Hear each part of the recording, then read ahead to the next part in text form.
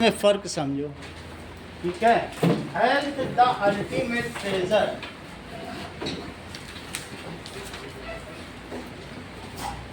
The ultimate treasure.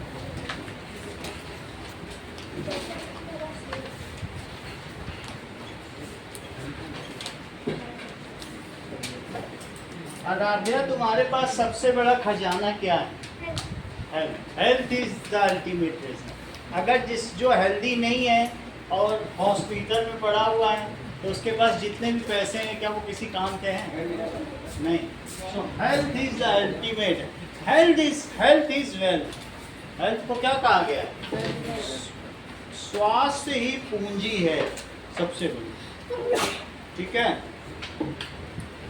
If wealth is gone, nothing is gone. If health is gone, everything is gone. वैसे तो इसके आगे कहा गया है character is gone then everything, लेकिन हम यहाँ पर हेल्थ को मान के चलते हैं कि हेल्थ भी होनी चाहिए। हेल्थ कई तरीके की हो सकती है। कौन कौन सी तरीके की हो सकती है? एक होती है फिजिकल हेल्थ। मान लीजिए बहुत बड़ा पहाड़ है, बड़ी चीज़ है, आप उठा लें, ऐसे ऐसे कर लें, इस फिजिकल हेल्थ। एक होती है mental health, how you are making harmony with your friends. Group में अगर कोई एक्टिविटी है तो क्या आप उसमें शामिल होते हैं विद फुल जील, या फिर तुम्हारे मन में आता है मैं क्यों शामिल हूँ, बेकार कर रहे हैं सब, ऐसे ऐसे तो नहीं होता है। नहीं, तो इसका मतलब है कि कोई फेस्टिवल होता है या कोई आपके सोसाइटी का या कहीं का कुछ होता है तो आप उसमें शामिल होते हैं, तो उसको मेंटल हेल्थ कहेंगे। फिजिकल हेल्थ हो सकती है, मेंटल हेल्थ, और एक सोशल हेल्थ भी होती है। अगर आपके मेंटल पीस है तो मेंटल हेल्थ है, ठीक है। तो हेल्थ तीन तरीके की हैं। अरवराज कौन कौन से तरीके की हैं? हाँ, एंड सोशल, सही है। चलिए, now what does it mean by disease free? देखो हर्षित, डिसीज फ्री क्या होता है? If we are free from any disease and do not take any medicine, ऐसा होता है, then we will be said as disease free. If we are not having any disease, we are, बात नहीं करो, not having any disease and do not take any medicine, do not take any medicine,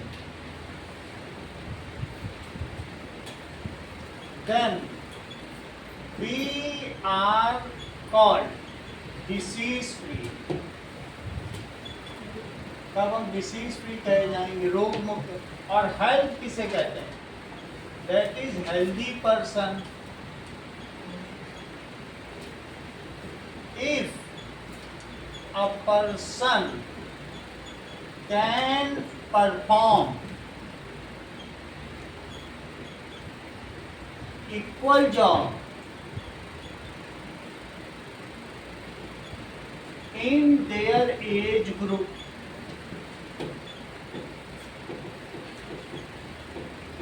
ठीक है, अपने group में equal job कर सकता है, ठीक है, then the person is said to be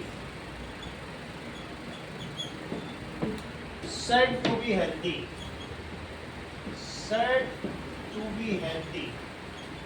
इसका मतलब क्या हुआ? अगर आरव शर्मा को 12 साल के बच्चों के साथ दौड़ाया जाए और ये उन्हीं के कंपेरेबल दौड़ लें तो माना जाएगा हेल्दी है।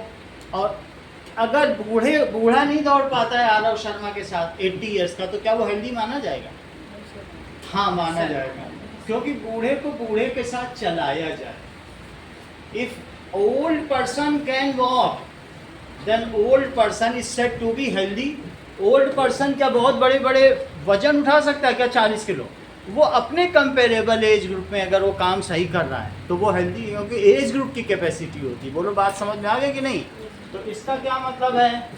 If a boy is running at park, running at park का क्या मतलब है? बराबर में दौड़ रहा है। एट पार्क यानी बराबर में दौड़ रहा है, जैसे सब दौड़ रहे हैं बराबर में दौड़ रहा है, ठीक है। एट पार विद फ्रेंड्स, अपने फ्रेंड्स के साथ बराबर में दौड़ रहा है, ऑफ सेम एज ग्रुप, तो फिर क्या कहोगे? हाँ, is running at park with park, at park. Park parity का मतलब समझते हो? पैरिटी से पार बना है, पैरिटी इससे क्या बना है? इसका मतलब होता है इक्वल। जब कहेंगे कि Swarit is as intelligence as far as Harshit, क्योंकि स्वरित भी 6.5 नंबर ला के दिखा दिया और दिखा दिया हर्षित को कि मैं भी कम नहीं। इससे क्या पता चला कि वो अपने एज ग्रुप के साथ बराबर काम कर रहा। एट पार सही है। With performing running at par with friends of same age group, तो उसे क्या कहेंगे? Then boy is healthy. Boy is,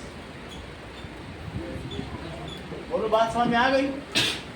आ जाओ, ठीक है। तो बॉय को क्या कहा जाएगा? हेल्दी कहा जाएगा। और ओल्ड मैन अगर है वो क्या कर रहा है बताइए? ओल्ड मैन परफॉर्म करे, इफ वॉकिंग करे, रनिंग तो नहीं कर सकता है, लेकिन उसे क्या करना पड़ेगा बताइए?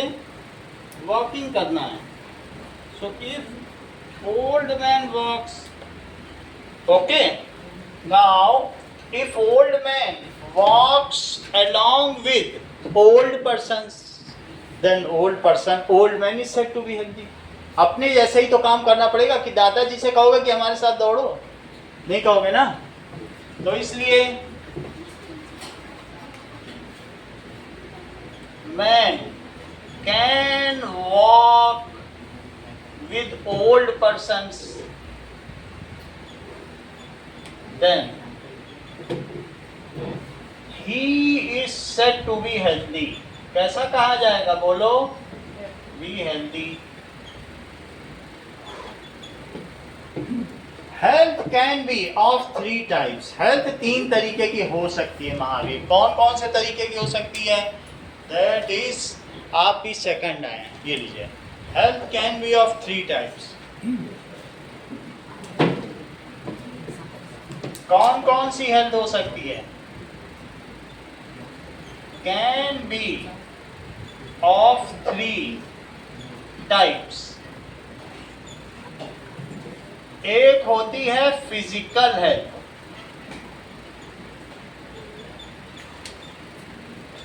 ठीक है। फिजिकल हेल्थ का क्या मतलब है?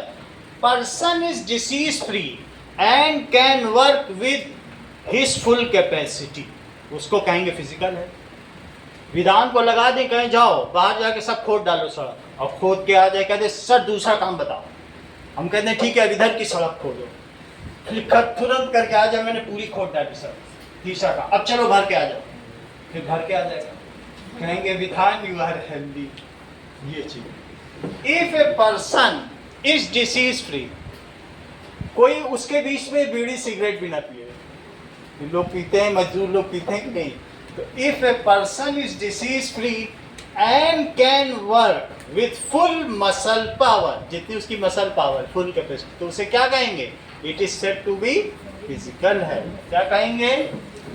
If a person is disease free and can work with full efficiency, अपनी पूरी एफिशिएंसी के साथ काम करता हो, ठीक है। he is physically healthy, he or she is physically healthy, physically healthy माना जाएगा। कहीं राजा तुम ये तो नहीं समझ रही हो कि health is far more then disease free, being disease free. एक डिसीज फ्री पर्सन है, अभी अभी बिस्तर से उठा है और उससे कहेंगे दौड़ो चलो, तो दौड़ पाएगा? अभी तो मेडिसिन खाना बंद किया, बुखार से उतरा है, वो दौड़ पाएगा क्या?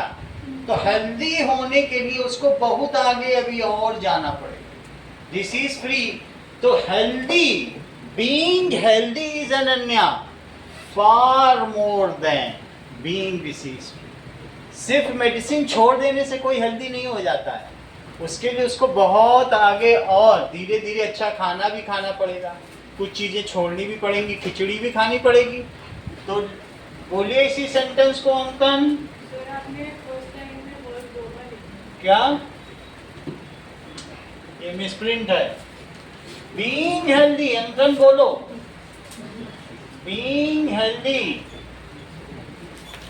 हाँ सेंटेंस पूरा करो. ये मेंटल हेल्थ है. ये तुरंत इसने मुस्कुरा दिया, बोला इतना सरल मुझसे आप पूछ रहे हो. ये चीज. हाँ बोलो. Yes, far more than being disease free.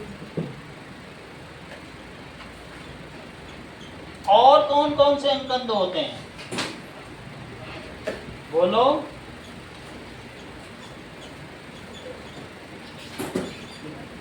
Physical health. और बोलो. देखो अभी अभी बैग उठाए तुरंत उठा लेते हैं, थकते नहीं है. अगला बोलो. लो देखो आप उनके सेक्रेटरी, अपने सेक्रेटरी से बुलवा रहे हैं. इससे पता चलता है कि अंकन स्मार्ट है. ठीक है. If a person is not short tempered, काम एंड कूल, कुछ भी हो जाए बोल दे अरे मेरा तो आई कार्ड खो गया, अरे क्या हुआ खो गया, अरे आधार कार्ड खो जाने दो. काम एंड कूल है, इरिटेट नहीं होता है. मेरा स्कूल का बैग ही मिस हो गया, अरे गिर जाने दो. So if a person is not short tempered, calm and cool, then he is said to be mentally healthy. सही है शॉर्ट है. If a person is calm and cool है and ठीक है, not short tempered, जल्दी जल्दी गुस्सा नहीं होता है.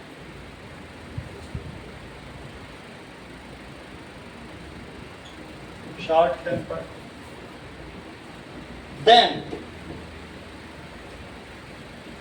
he or she is mentally healthy.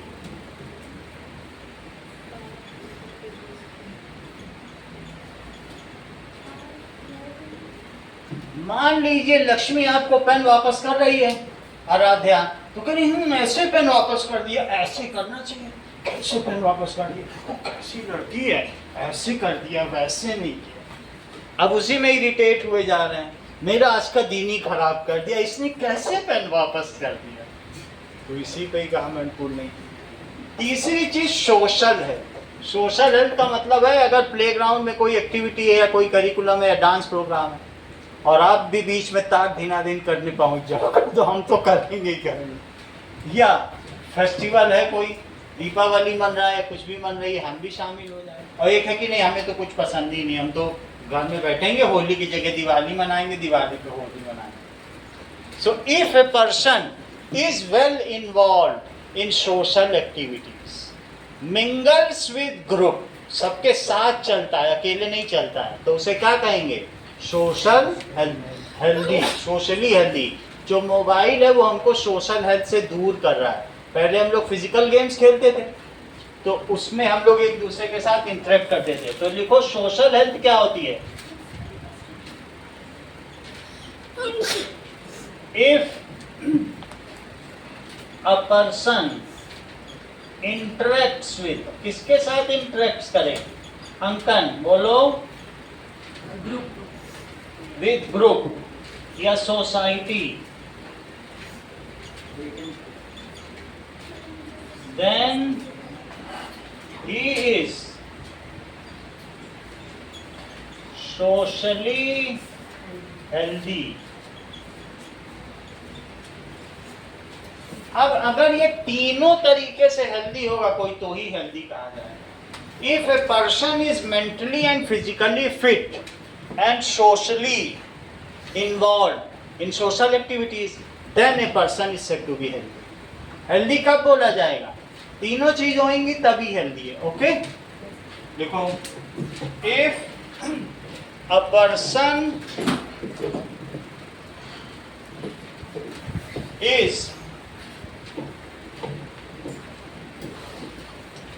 physically and mentally fit and socially hit, अपने ग्रुप में हिट है तो उसे क्या कहा जाएगा? Then is said to be healthy. देखो,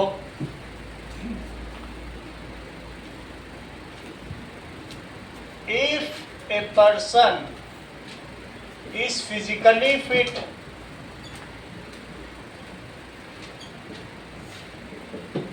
ठीक है, मेंटली साउंड, साउंड का मतलब बिल्कुल ठीक दिमाग वाला है, and involve, get involve in social activity,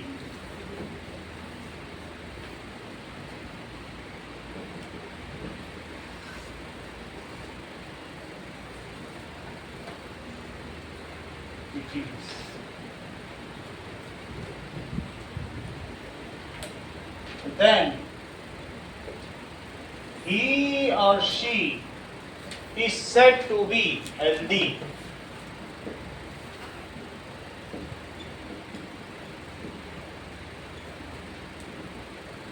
Healthy persons are assets of society and country. अगर तुम हेल्दी हो तो तुम इस देश की पूंजी हो, है ना? पहले हेल्थ अगर आपकी सही होगी तो हम तुमको तैयार करेंगे, तुम घर में जाओगे तो मम्मी जूस पिलाएंगी, स्कूल में जाओगे तो टीचर गिफ्ट देंगे, ये देश का एसेट है। तो हेल्दी पर्सन क्या होते हैं?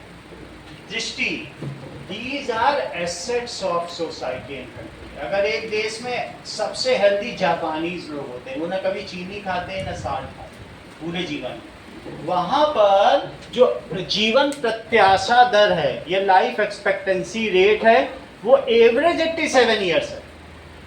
वहां 100 साल के लोगों को पहले चांदी की तश्तरी देती थी सरकार, अब इतने ज्यादा 100 साल के हो गए कि सरकार नीलाम हो गई, बोली बंद करो भैया, तुम लोग तो 100 से नीचे पे मर ही नहीं रहे हो। उसका प्लान ही फेल हो गया, क्योंकि वो ना चीनी खा रहे हैं ना नमक खा रहे हैं, उन्होंने जीने का तरीका सीख लिया। तो हेल्दीएस्ट पर्सन ऑफ वर्ल्ड, पहले वो पेंशन देती थी बहुत ज़्यादा, उसने पेंशन भी आधी कर दी, बोली मरोगे नहीं तो हमारा तो यहाँ 20 साल काम करोगे 90 साल पेंशन खाओगे। तो ये चीज़ है। तो इसका क्या मतलब है कि healthy persons are assets of society, वो संपत्ति होते हैं देश की। समझ में आ गई बात? Healthy persons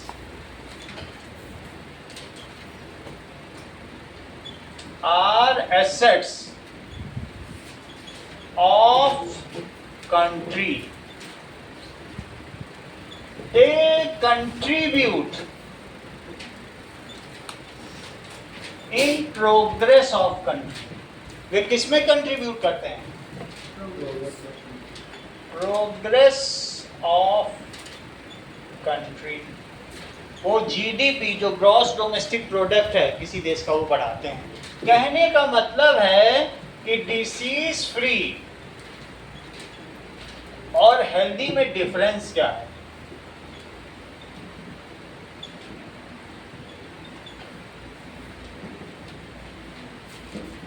a person free from any kind of disease is called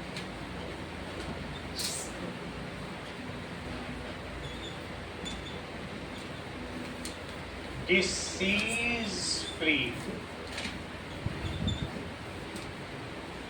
ठीक है, ऐसा होगा।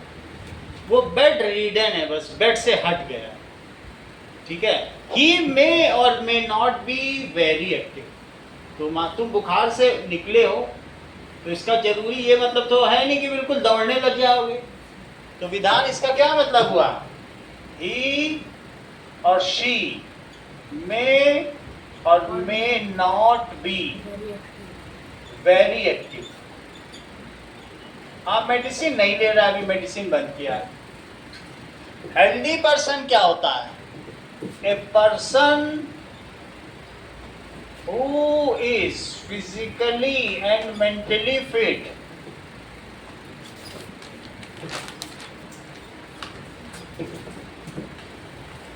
and socially active is called healthy person.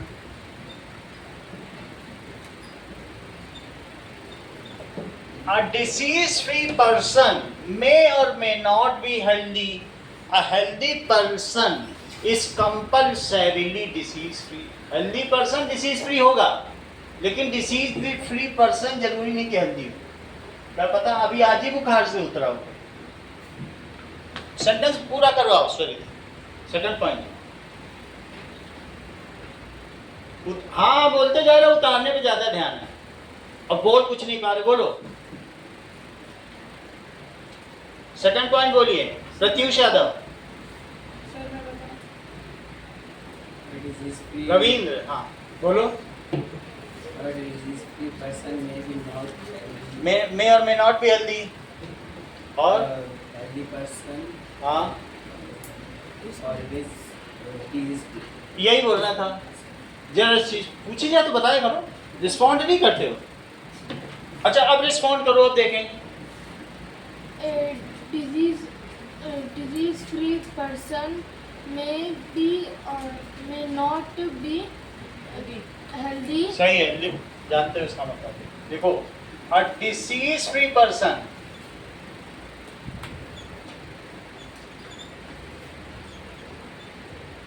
may or may not be healthy. और जबकि a healthy person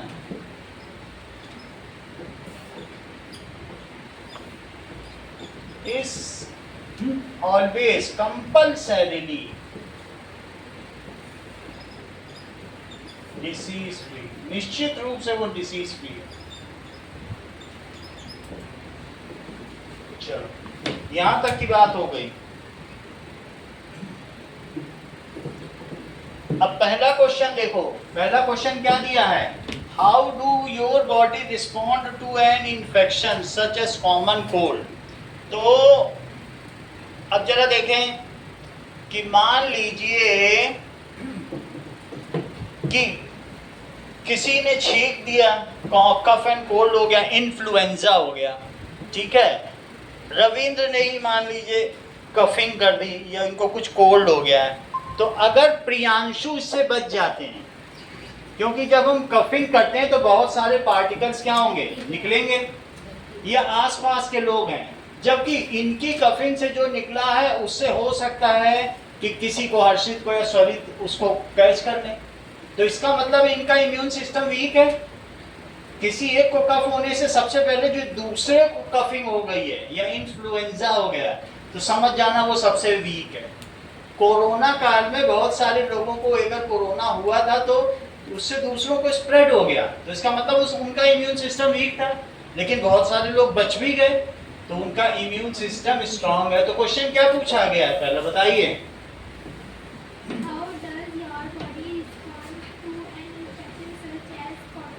लिखो इस चीज को. How does your body respond to an infection such as common cold. चलो अब इसका आंसर लिखिए कि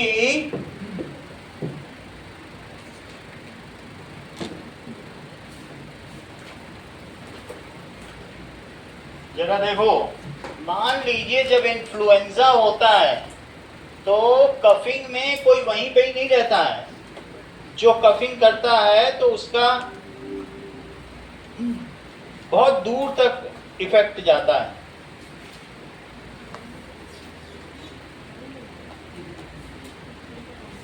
ये देखिए,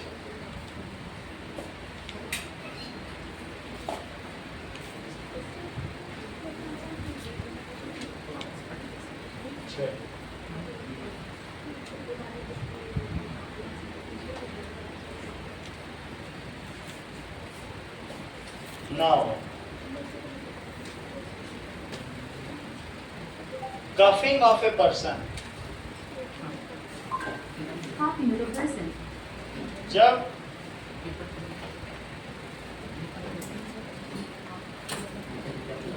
ये देखिए कि जब कोई कफिंग करेगा तो कितनी दूर तक जाएगा,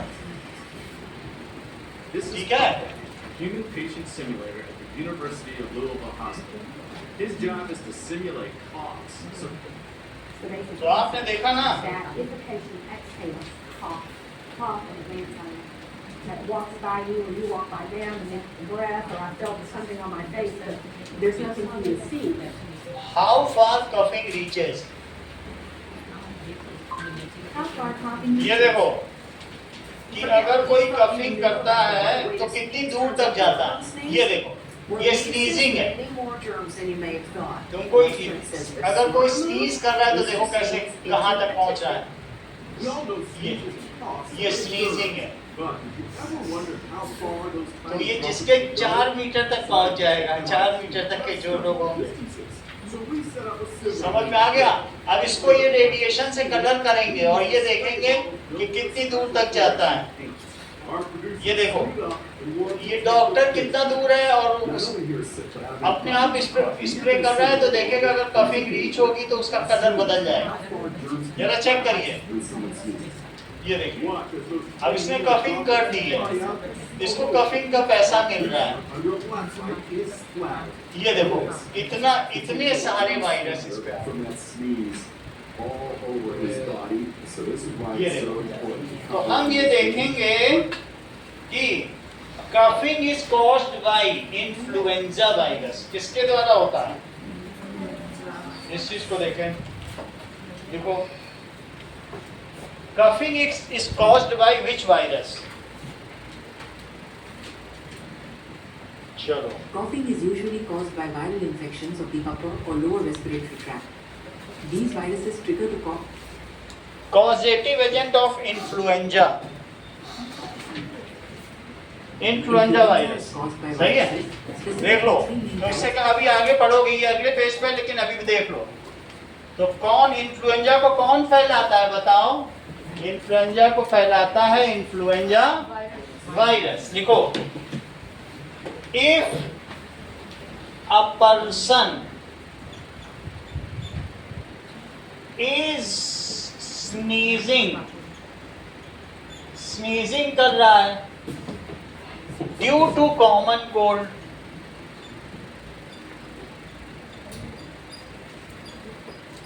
then he is suffering from, उसको कौन सी बीमारी है,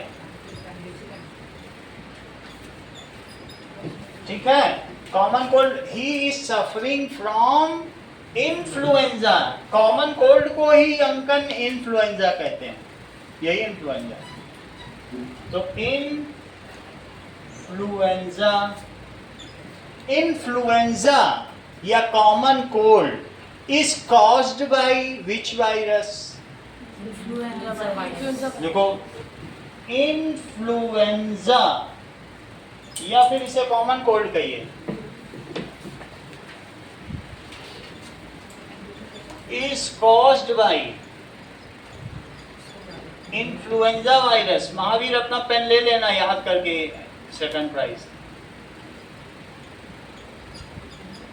यहां तक बात समझ में आ गई कि नहीं, इन्फ्लुएंजा वायरस से होता है। अब वो कह रहा तुम कैसे बचोगे, your body respond. If we have immune power, strong immune power, मान लीजिए आयुष राय आपकी स्ट्रॉन्ग इम्यून पावर है, तो 10 लोग तुम्हारे मुंह पे आके छींक जाएं और तुम शेर बन के खड़े रहो, हर कोई कहे वहीं जा छींके और तुम उसी तरीके से बोलो हाँ कहाँ खोदनी है सर, ये चीज।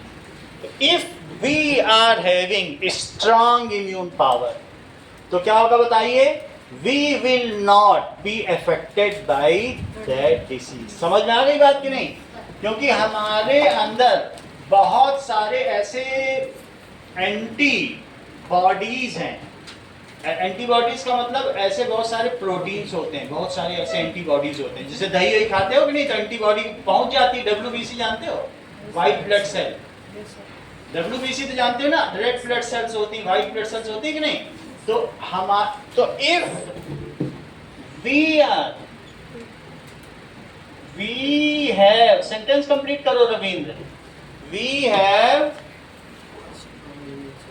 बहुत अच्छा।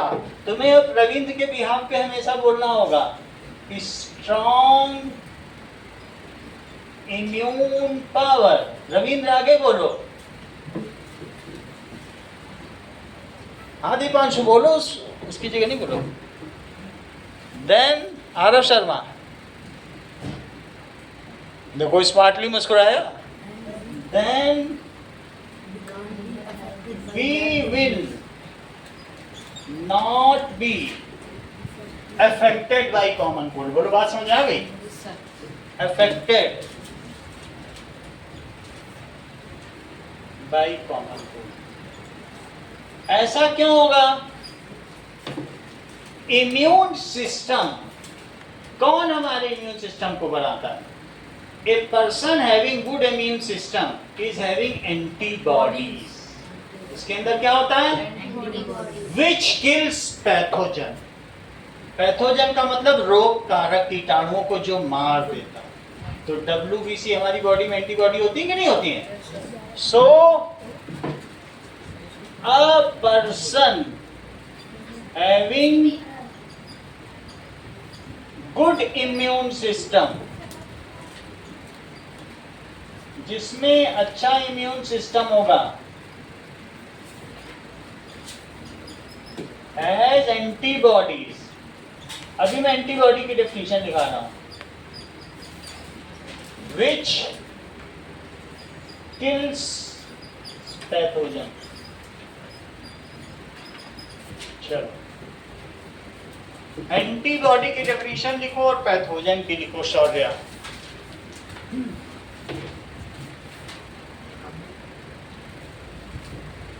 there are some cellular protein in our body।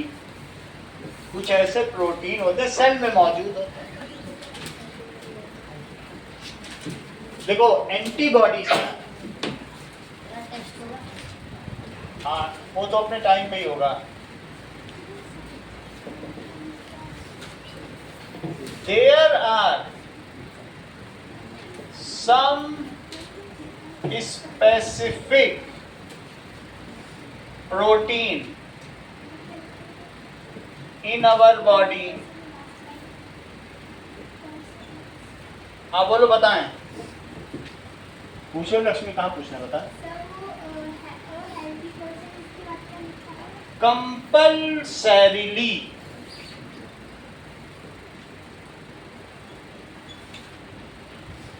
निश्चित रूप से। कंपल्सरी जानती हो? तो कंपल्सरीली तुम्हें नहीं समझ आ रहा तो डेफिनेटली, जो आसान लगे लिख लो। डेफिनेटली डिसीज भी सही है। अच्छा, there are some specific protein in our body. कल जो तुमने लिखे, तुम्ही ने सिर्फ चारों रोमन सही लिखे कल के पेपर। हाँ सही है। सम स्पेसिफिक प्रोटीन, इनके तो सही यही है जो फर्स्ट आए हैं, तभी तो उनके 12 नंबर है। अच्छा देखो, some specific protein in our body which kills, जो किसको मार देते हैं बताओ? Disease causing micro organisms. जो किसको मार देते हैं? Which kills disease causing micro organisms.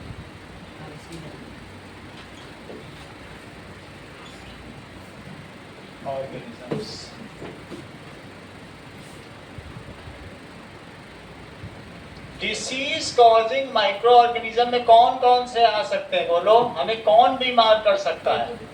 Protozoa बीमार कर सकता है। वायरस, फंगी, गंदा पानी पी लोगे तो बॉडी में अमीबा चला जाएगा, पैरामीशियम चला जाएगा, डायरिया हो जाएगा, उल्टी होने लगेगी, फूड पॉइजनिंग होने लगेगी। अगर वायरस हवा से, हवा में बहुत सारा वायरस है, और तुम सोचो जिसमें फंगस लगी हुई है ऐसी ब्रेड खा ले, फंगी है खूब सॉफ्ट सॉफ्ट है, ऐसे फ्रूट खा ले खूब फंगस लगी हुई तो आपको फंगल इन्फेक्शन हो जाएगा। बोलो बात समझ में आ गई कि नहीं? तो इस तरीके से जैसे ब्रेड बाउल हो गया। What does it mean bye pathogen? विधान बहुत अच्छा, इन्होंने वंस फॉर ऑल पूरे क्लास के लिए बता दिया। Disease causing micro organism is called pathogen. देखो कितनी स्मार्टली आंसर दिया, इसीलिए इनका नाम है विधि का विधान जान हानि लाभ सही है और सीताराम सीताराम सीताराम कहिए। सर एक बार वापस बताना क्या? दो चीजें हैं, एक हमारी बॉडी में लड़ेगा, मान लीजिए ये तुम्हें मालूम है ये सेल है, ऐसा पहले मैंने आपको बताया। अच्छा सेल में तुम ये जानते हो लाइजोसोम होता है, लाइजोसोम किस कलर का होता है? बीच में न्यूक्लियस होता है, लाइजोसोम का कलर बताओ तो बात बने। तो इसका मतलब मालूम है तुम लोगों को, ये लाइजोसोम है, इसका क्या नाम है? लाइजोसोम, सही है। अच्छा ये न्यूक्लियस हो गया और बाहर से एक इस तरीके का मान लीजिए कुछ पैथोजन आया, इसको क्या कहेंगे? पैथोजन। और ये इंटर कर गया इसके अंदर तो ये इसको खा जाएगा और खाने के बाद क्या करेगा? इस पे इतने एंजाइम मारेगा कि ये मर जाएगा। तो इसके अंदर क्या भरा हुआ है? लाइसोसोम के अंदर, इसके अंदर डाइजेस्टिव एंजाइम्स है जिसको कहेंगे एंटीबॉडीज। Lysosome contains antibodies. इसके अंदर क्या होता है? एंटीबॉडीज। देखो कंटेन्स, और ये किसको मार रहा है आरव राज? पैथोजेंस को। तुम तो सब जानते हो, सॉरी मुझे सबसे पहले बताया, सही है। देखो व्हाट इज पैथोजन, बताओ सॉरी। सर पैथोजन ऐसे हार्मफुल बैक्टीरिया होते हैं जो सेल और हमारे बॉडीज को मतलब डिजीज कर देते हैं। देखो disease causing micro organisms are called pathogens। इसका एक एग्जांपल बताओ। Influenza virus, corona virus. और इसका एक एग्जांपल बताओ एंटीबॉडीज का।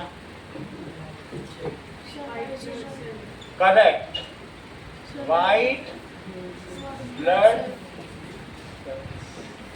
चलो आगे की बात करें। नाउ अब आगे की बात हम करेंगे कि हाउ डू, देखो इसी में कुछ क्वेश्चंस हैं कि सारे क्वेश्चन अभी नहीं बताने, पहले पेज के थोड़े थोड़े बता दे रहे हैं, फिर आगे जब पूरा चैप्टर पढ़ेंगे तब तो हम उसको कर पाएंगे। तो अगला क्वेश्चन क्या दिया गया है?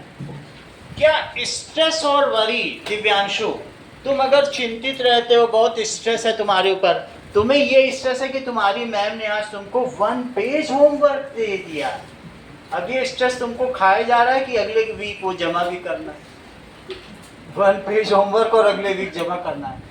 तो उस एक वीक में तुम्हारे अंदर ये जो स्ट्रेस और वरी है उसकी वजह से तुमने खाना खाना छोड़ दिया घर में, मम्मी पापा बड़े चिंतित हैं कि ये होमवर्क किससे करवाएं। तो अब उससे तुम्हारे अंदर ऐसे हार्मफुल केमिकल अंदर जाएंगे। हमारे बॉडी में ग्लैंड्स हैं, ग्लैंड्स का मतलब एक कुल्हड़ टाइप होते हैं, उनमें भरा होता है केमिकल, और जब हम स्ट्रेस में होते हैं तो इनसे गिरने लगता है बॉडी में, इसको ग्लैंड कहते हैं। जैसे सेलिवरी ग्लैंड्स, कभी कभी तुमने सेलिवरी ग्लैंड्स देखा है तुमने?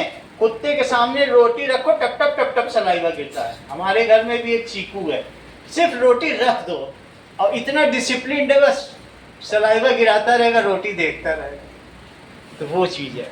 हम लोग भी हैं, हम लोगों के मुंह में भी सलाइवा आ जाता है, लेकिन बातें इधर उधर की करते हैं क्योंकि हम लोग इंसान हैं, सब वे लोग हैं। हम लोग टूट नहीं पड़ते पार्टी में कि जाके पहले छीन के खा लें, ऐसे होता है क्या? तो है, सबके माउथ में सलाइवा भरी जाता है खाना देख के। तो इस तरीके से और भी ग्लैंड्स है। कहने का क्या मतलब है कि when what happens to our body when we are at stress and worry, तो क्या होता है? बोलो अनन्या। जब होता है तो it releases harmful chemicals in our body and affect us adversely, और हमको क्या करेगा? बीमार कर देगा। अगर हम स्ट्रेस और वरी में रहेंगे तो हम बीमार पड़ जाएंगे। समझ में आ गया कि नहीं? सो जरा चेक करें। When we are at stress or worry, then which hormones are released in our body? Check करो, देखो कौन से हार्मोन होते हैं, बोलो। Your body releases एड्रीनलिन और कॉर्टिसोल। तुम्हारी बुक में कॉर्टिसोल लिखा है, कॉर्टिसोल लिखा and है, noradrenaline. जो तुम्हारी बुक का वही पढ़ो, Norepinephrine. ठीक है? These prepare you to deal आप with ये the समझ लो। situation. For medical advice or a diagnosis, अच्छा, आरव शर्मा भी यही बोल रहे थे जब लेटने से पहले, अभी तो लेट गए हैं, ठीक है? तो इन्होंने कौन सा बताया था? कौन से दो तुमने बताए थे?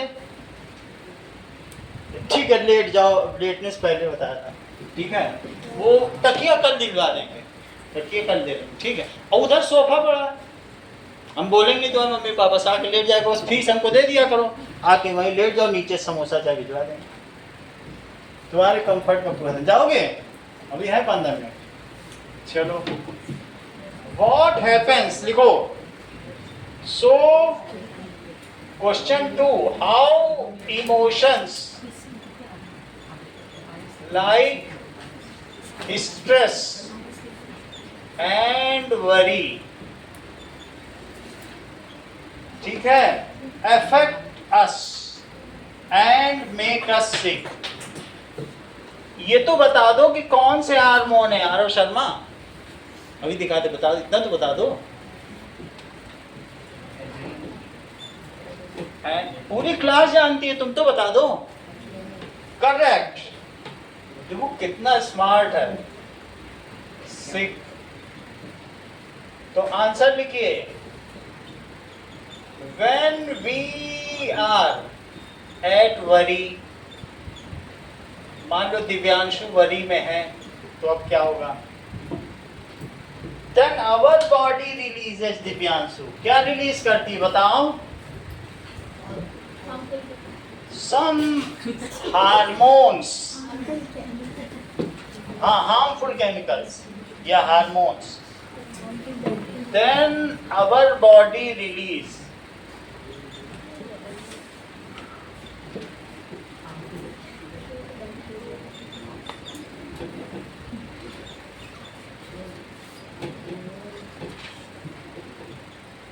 like cortisol।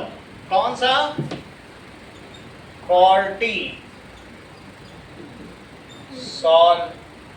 which is adversely affect। adversely का क्या मतलब है Lakshmi?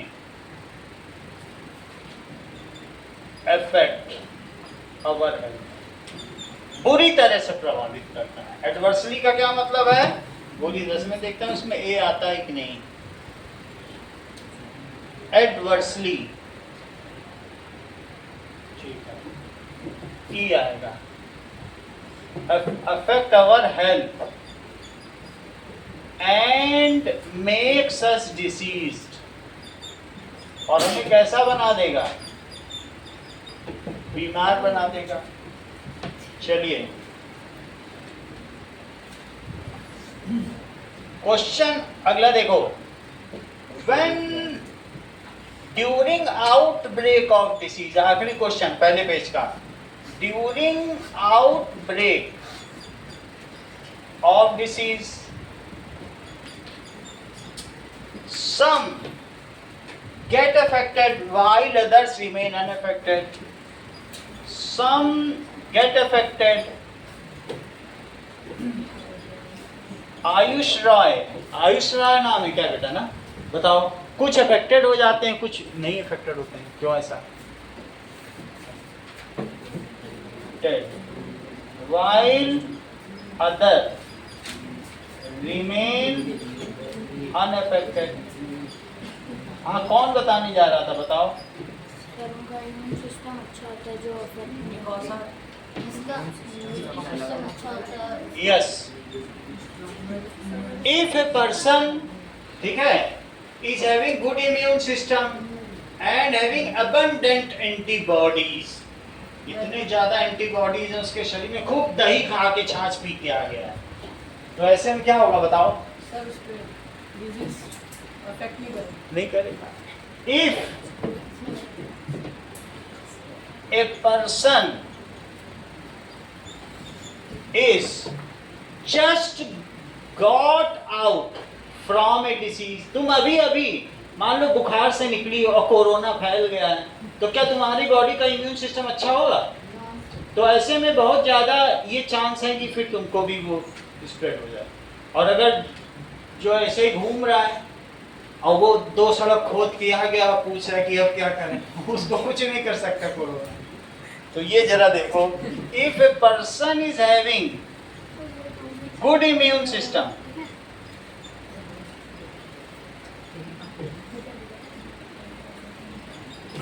then it will remain unaffected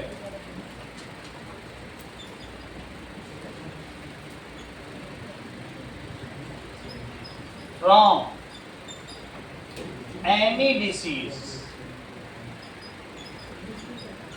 On other side,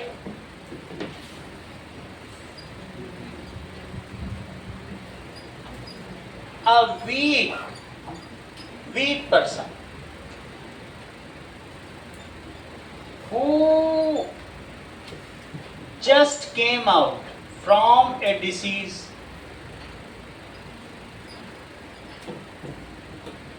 या get rid of, जो अभी अभी जिसने छुटकारा पाया है किसी डिसीज से, get rid of some disease,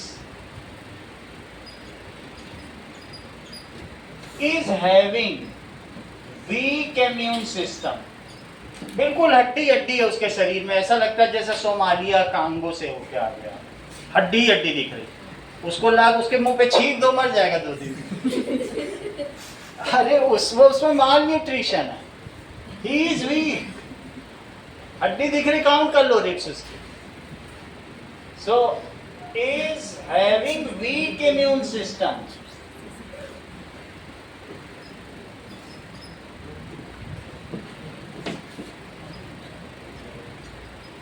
and get easily affected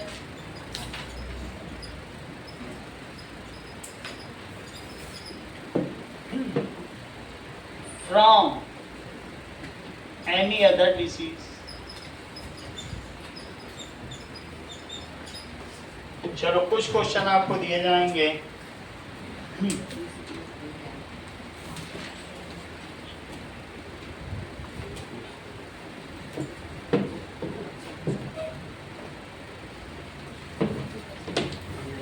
first, fourth और फिफ्थ क्वेश्चन करना है, पेज नंबर 28 का।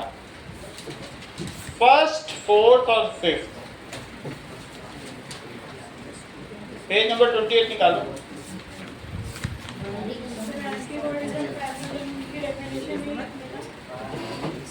वो तो अलग से लिखाएंगे। First, fourth and fifth question देखो। 28 पेज निकाला, तुम 38 क्यों निकाल रहे? अपनी तरफ से मत करो। चलो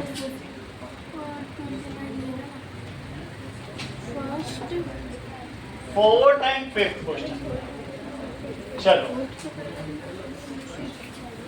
पेज 28 फर्स्ट, हाँ